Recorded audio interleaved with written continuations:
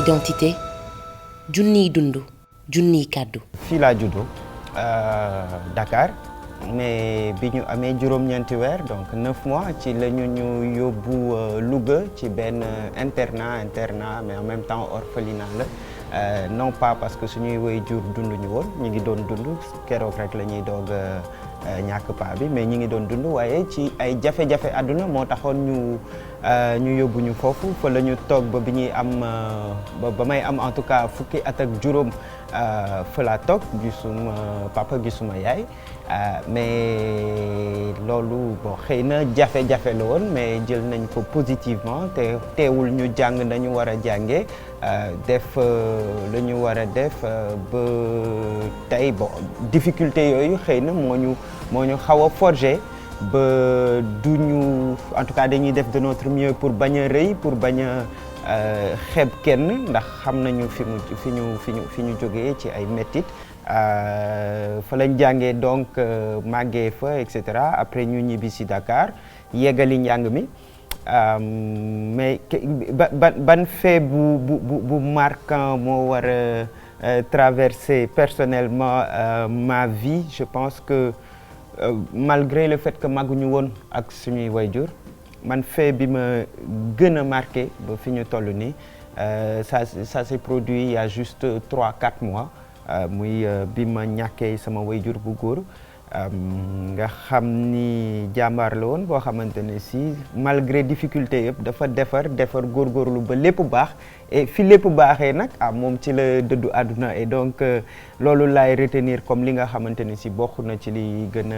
a tar ci li ñu dundagum c'est pas le fait de ne pas avoir grandi avec des parents qui soit plus difficile mais c'est le fait d'avoir perdu un père qui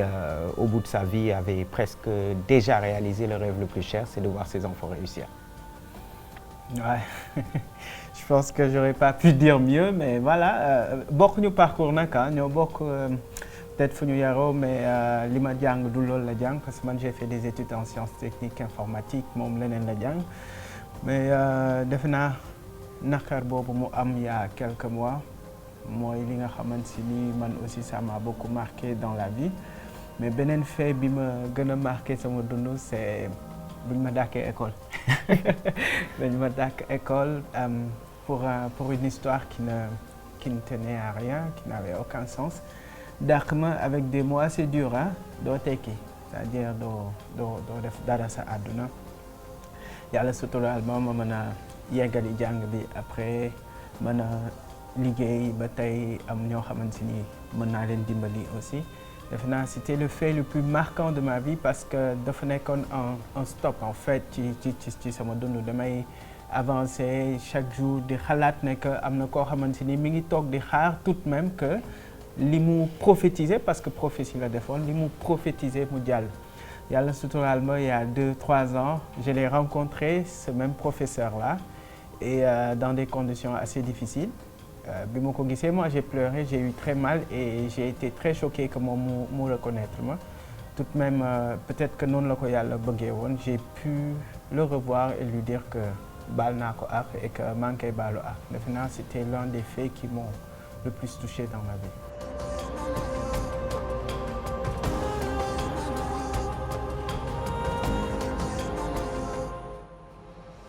mettitu dëkk bi dañu koy dund ñun suñu bopp parce que soo génnee muy sa oto nga nekk muy da ngay doxantu da ngay gis li fi ne appel yi ngay jot dala koy wan aussi yow sa bopp parfois nga dund ko ndax léeg-léeg nga bëgg a régler benn problème mu të loolu donc ñi ngi koy dund et derrière aussi tamit yemuñu ci dund ko kese mais on essaie de trouver des solutions looloo tax moom mu doon entrepreneur créer entreprise di liggéeyloo ay ndaw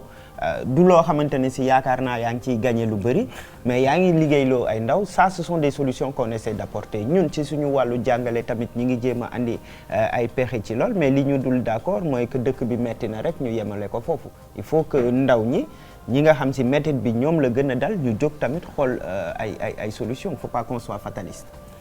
Ben c'est ça soo dégloo suñu parcours su koy expliquer sànq on n'est pas duñu ñoo xam dañoo judd rek fekk papa yaay ñu on mangeait avec des cuillères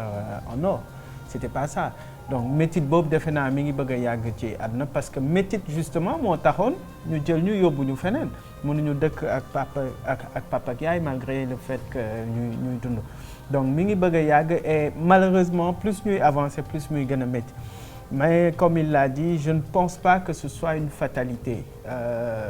dëkk yoo foo dem ci àdduna dafa am métit les jeunes ñi ngi ut liggéey amuñu ko wala ñi ngi bëgg a liggéey ci benn domaine mënuñu ko wala ñi ngi bëgg a atteindre benn niveau de vie mënuñu ko c'est dur au Sénégal mais c'est dur en Côte d'Ivoire c'est dur en Suisse c'est dur partout léegi il faut que ndaw yi ñoom seen bopp aussi ñu bañ a nekk fataliste sans vouloir donner de leçons ñu bañ a nekk fataliste et prendre cela de façon très positive et puis ñi ci war a jàpp aussi jàpp si je parle du gouvernement je parle de tous ces gens-là qui doivent se débrouiller pour que les jeunes se sentent bien chez eux.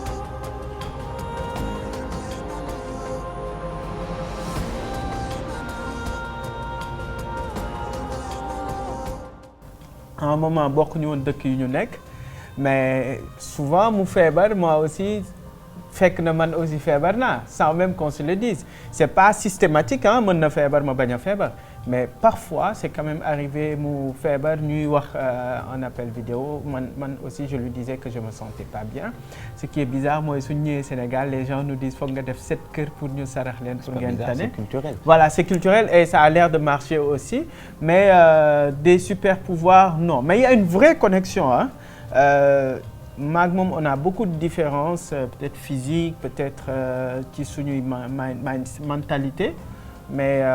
il y a une vraie connexion derrière hein. Il y a une vraie connexion quel que soit notre âge aujourd'hui su amee lu ko naqari moi aussi ça me touche beaucoup waaw. c'est ça amul super pouvoir bon léegi nga xaw a bon sa waay am ci lu mu ne loo xamante ne si neexul par hasard parce que hasard laa ko mën a woowee mu tombé man ma mel na ku ko yëg woo ko téléphone et je comprends pourquoi il y a quelques minutes je me sentais bizarre c'est parce que xëy na am na lu ko dal léegi nii exemple bu gën a simple mooy le gars parfois day teel a nelaw mais il y a 1 an ou 2 ans il y a 2 ans boobu maa ngi yor benn auto mais j'ai fait un accident très grave et moment bi choc bi di waaj a am c'est lui qui était en train de m'appeler tu vois un peu et c'était effectivement pour comment ça va quoi et donc quand je lui dis tiens là je suis en train de, voilà cela vient de se passer mais loolu je ne pense pas que ça dépende de super pouvoir ay fait yu hasardeux la ay mbiru yàlla yuy am nii rapidement la rek quoi mais gëmuma ni les jumeaux ont des super pouvoirs ou quoi que ce soit.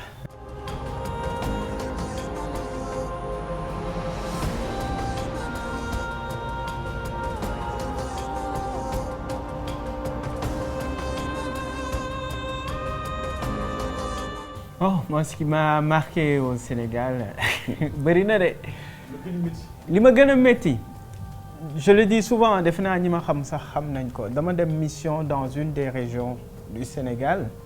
d'ailleurs bokk na ci li tax ma dugg ci politique dama dem mission dans une des régions et ma waroon liggéey ci benn bërëbu fajukaay ce qui s'est passé mu am benn femme buy ñëw pour accoucher mais quand elle venait pour accoucher ci charrette mbaama lañ ko yégal pour mu ñëw bi muy yegg si fi mu nar a accoucher l'enfant était presque dehors donc cette image-là mooy bi nga xamante ni ça va jamais me quitter ça m'a réellement choqué et defe naa bokk na ci li ma gën a métti ci li ma gisagum ci àdduna un enfant est mort dans mes bras je supporte mon père est mort dans mes bras ça va encore je supporte mais boobu ça m'a vraiment marqué quoi ça me marque encore quoi.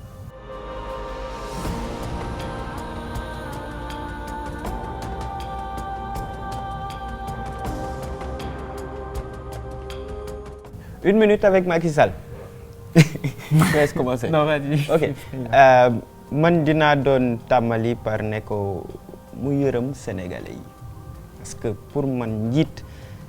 au moment où on était moom il a été choisi quand on était je pense 14 millions de Sénégalais ñu jël la góor yi ñu dénk la réew mi